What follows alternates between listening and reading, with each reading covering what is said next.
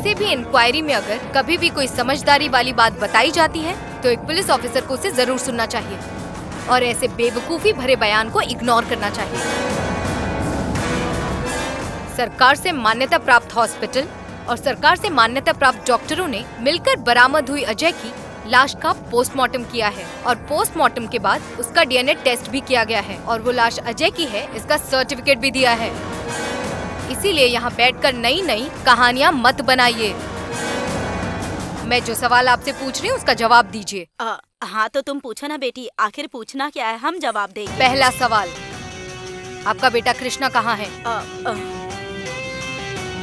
कृष्णा मेरे पति हैं और वो बिजनेस के काम से कहीं बाहर गए हैं। बिजनेस के काम से गए हैं? कौन सा बिजनेस? शिवा को सुरक्षित कहीं छिपा कर रखने का बिजनेस?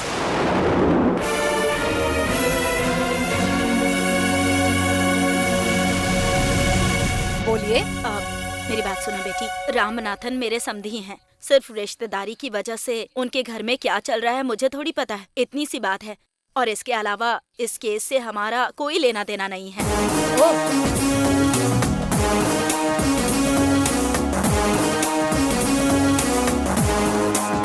तुम्हारा नाम मलर है ना? हाँ मैडम। तुम्हारे पति का नाम जयसिम्हन है। शादी से पहले उसने तुमसे प्यार का झूठा नाटक करके तुम्हें धोखे से प्रेग्नेंट किया।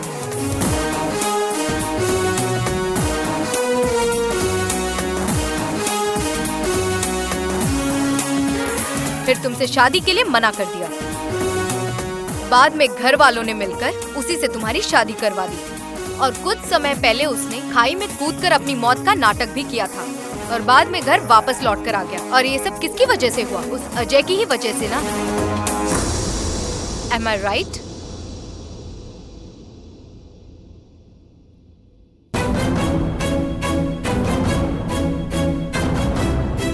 और तुम्हारा नाम सौम्या है। तुमने कृष्णा से प्यार करके शादी की, लेकिन कनिकापुरम के उस श्राप की वजह से पति की जान को खतरा ना हो इसलिए तुम बहुत दिनों तक मायके में ही रही। बाद में कृष्णा तुमसे लड़ झगड़ कर तुम्हें घर ले आया। आज तक तुम दोनों की कोई संतान नहीं है। तुम दोनों मंदिर मंदिर जाकर मन्नतें मांग रहे हो। Am I right? तुम लोगों को लगता है कि मैं कल ही गांव से आई हूँ और बिना कुछ जाने इस केस को हाथ में ले लिया है और सिर्फ रिश्तेदारी की वजह से ही सच जानने के लिए यहाँ चली आई हूँ, तो तुम सब लोग एक बहुत ही बड़ी गलत फहमी में हो। मैं इस केस के संबंध में हर चीज अच्छी तरह से स्टडी करके आई हूँ। ठीक है, तुमने स्टडी की होगी बेटी, उसमें हम क्या कर सकते हैं। हमारा उस परिवार से सिर्फ रिश्तेदारी का नाता है, बस इतना ही। और इस केस का और हमारा किसी तरह का कोई संबंध नहीं है और यही सच है। तुम चाहो जितनी बार भी पूछ लो, हमारा जवाब यही रहेगा। और क्यों नहीं है संबंध? मिस्टर मुरली तुम्हारे बड़े भाई है ना? शिवा को भगाने की प्लानिंग उन्हीं ने की थी। इसके पीछे उन्हीं का मास्टरमाइंड था।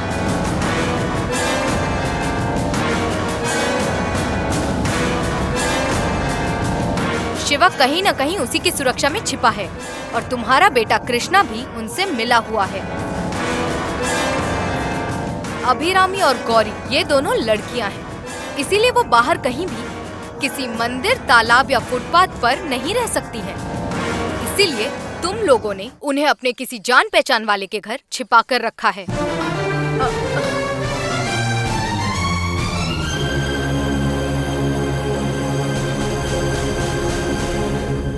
यही वजह है कि अभिरामी के पिता रामनाथन इस मामले में पूरी तरह शांत बैठे हैं और तुम लोग हर किसी पर शक करते हुए भटक रहे हो।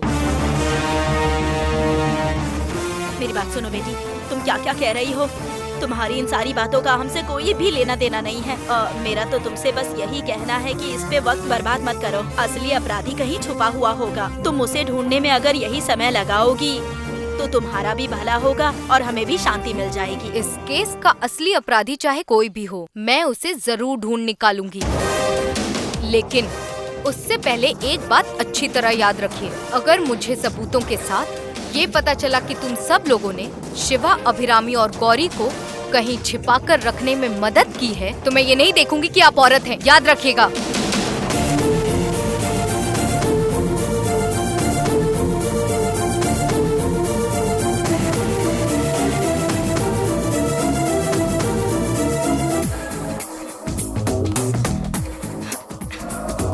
सबके सब मिलकर ही शिवा, अभिरामी और गौरी को छिपाए हुए हैं।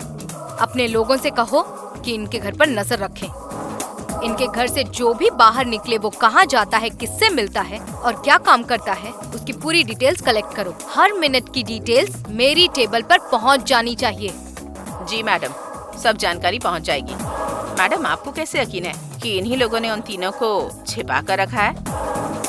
जब हम घर के अंदर गए थे तब उस दमयंती जी ने जल्दी से किसी चीज को कागज से ढक दिया था ताकि हम लोग देख न ले। तुमने नहीं देखा, पर मैंने ये देख लिया था। मैडम, जानती हो क्या ढका था?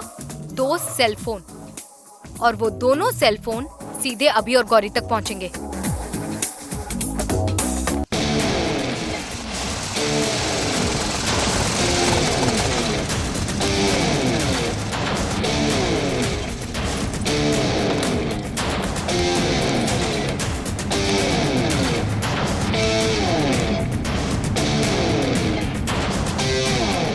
क्यों भाई चौकीदार, जब मैं यहाँ पहले आता था तो लौटते वक्त तक तुम मुझे सलाम ठोकते थे।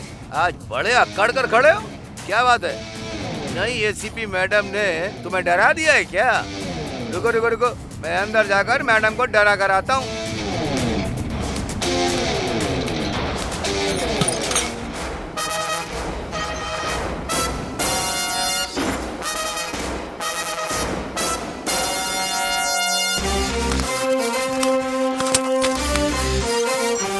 नमस्ते।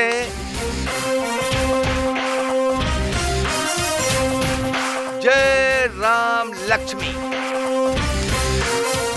कैसी हैं आप? ठीक है ना?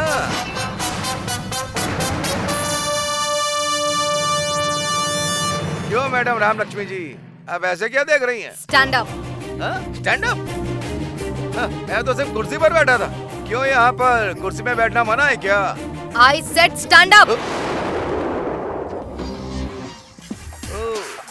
लगता है मैडम का पारा काफी हद तक चढ़ा हुआ है। ठीक है, इतना गुस्सा क्यों कर रही हैं? मैंने कुछ गलत किया है क्या? राम लक्ष्मी मेरे नाम से मुझे सिर्फ मेरे अपने लोग ही बुलाते हैं। तुम्हारे जैसे आते जाते लोग नहीं बुलाते। अच्छा, हम भी नहीं? हाँ, तुम्हारे जैसे लोगों से यही बात सुनने के लिए मैंने पढ़ाई करके ये पद हासिल किया है, समझे? Assistant commissioner of police.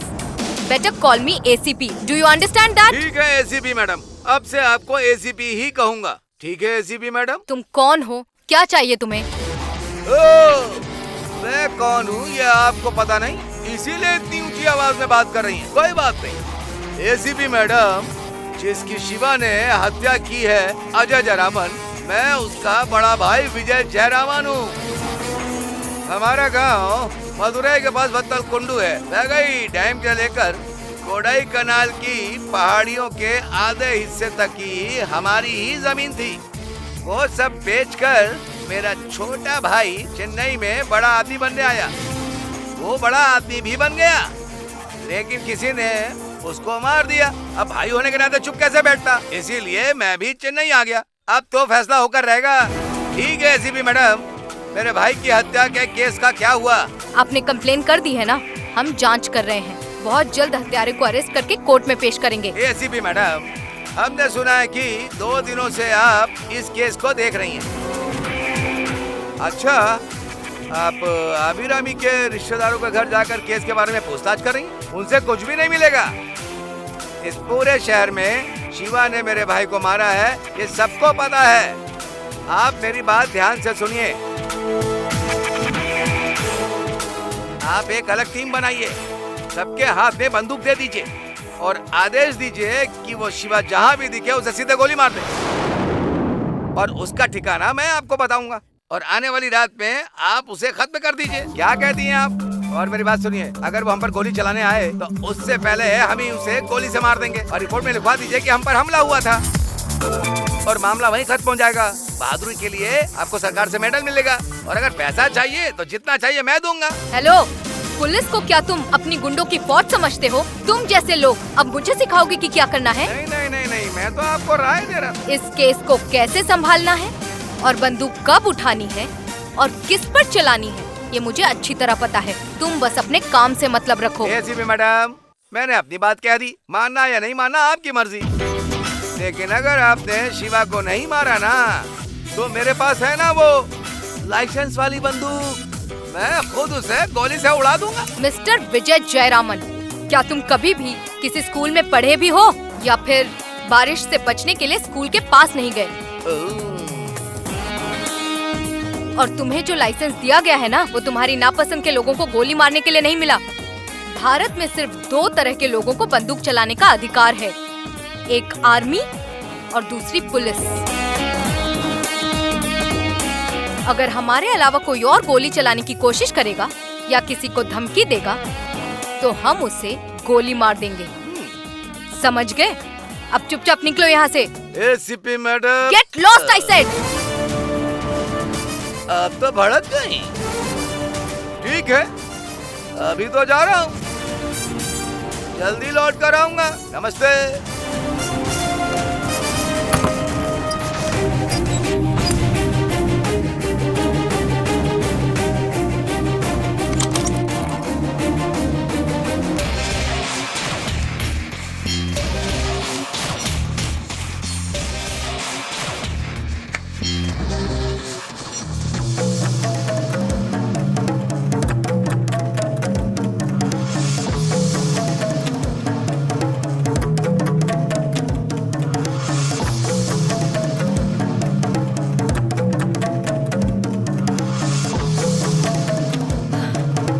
मेरी बात सुनो मलर, सौम्या, तुम दोनों मेरी बात अच्छी तरह से सुनो। बोलिए ना माँ जी। पुलिस अब हमारे घर तक आ चुकी है और इसीलिए वो हमारे घर पर और तुम दोनों पर नजर रखेगी, लेकिन सिर्फ इसलिए कि पुलिस हमें देख रही है। हम अपने लोगों की मदद करना बंद नहीं कर सकते हैं, इसीलिए खाना लेकर जाते वक्त तुम लोग बहुत ज्यादा सावधान रहना। जी माँ जी, जी माँ जी।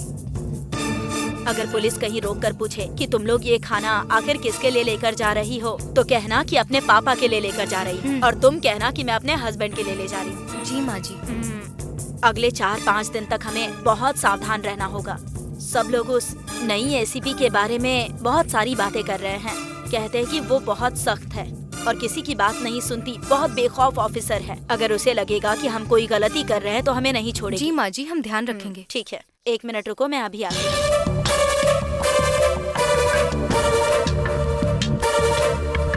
क्या हुआ? खाना तो दे दिया, अब ये कहाँ गई हैं?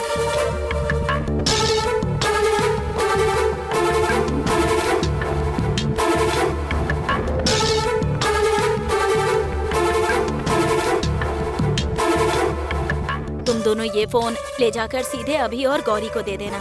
इस फोन की वजह से वो हमारे कांटेक्ट में रह सकती है, ठीक है ना? ठीक है माँ जी। ओह, इसीलिए आपने फोन तैयार करने को कहा था? हाँ सौम्या, तुम दोनों बहुत संभल कर जाना और ध्यान रखना, ठीक है ना? ये लो। ठीक है माँ जी। चलो आराम से।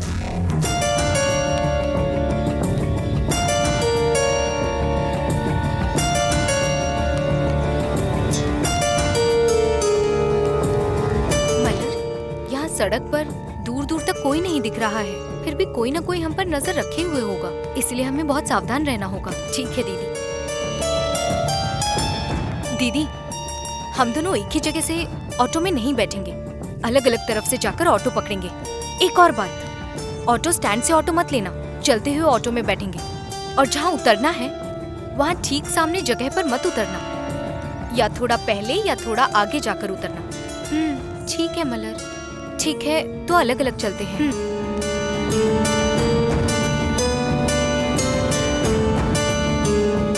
मैं इधर जाती हूँ।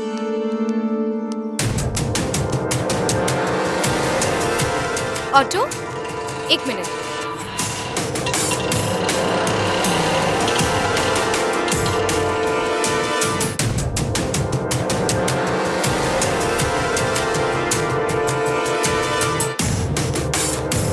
ऑटो,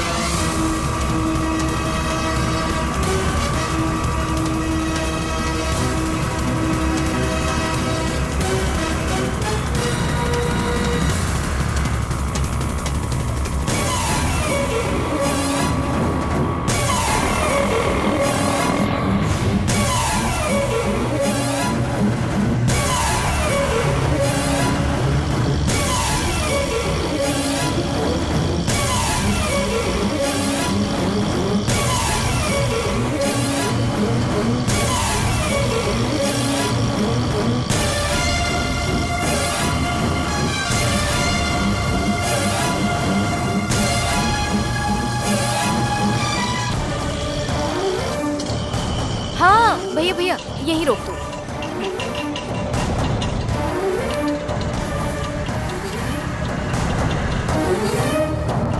कितना हुआ भैया? 100 रुपए हो गए।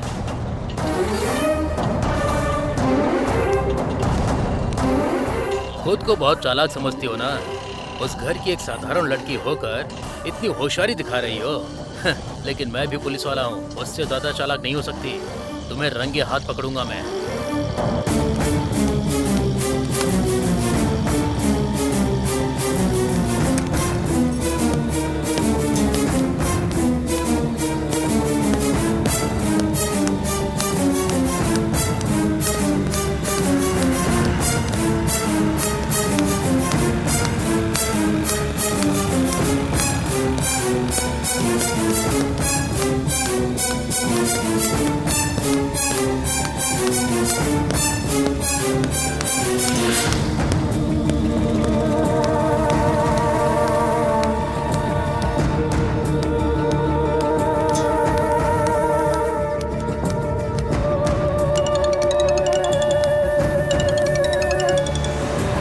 हेलो, मलर, बोलिए मालिक। मेरी बात ध्यान से सुनना। मेरी बात पर कोई रिएक्शन मत देना। जैसे चल रही हो वैसे चलती रहो। ठीक है मालिक।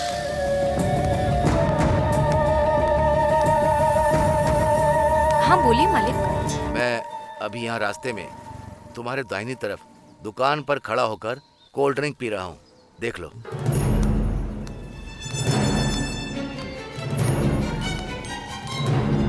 ठीक है, बोलिए मालिक।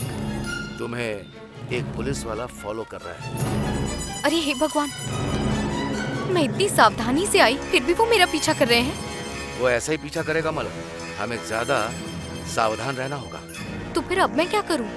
सीधे चलती रहो, आगे जाकर बाएं तरफ मुड़ जाना। वहाँ पर एक मंदिर है। मंदिर के बाहर कुछ लोग खाना खाने का इंतजार कर रहे हैं, और जो खाना तुम लेकर जा रही हो ना, वो खाना उन्हें देना। ठीक है ना?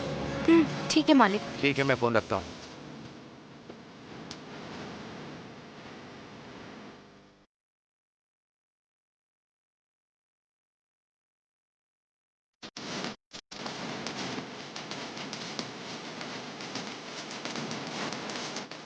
मैं इतनी सावधानी से आई थी फिर भी पुलिस मेरा पीछा कर रही है।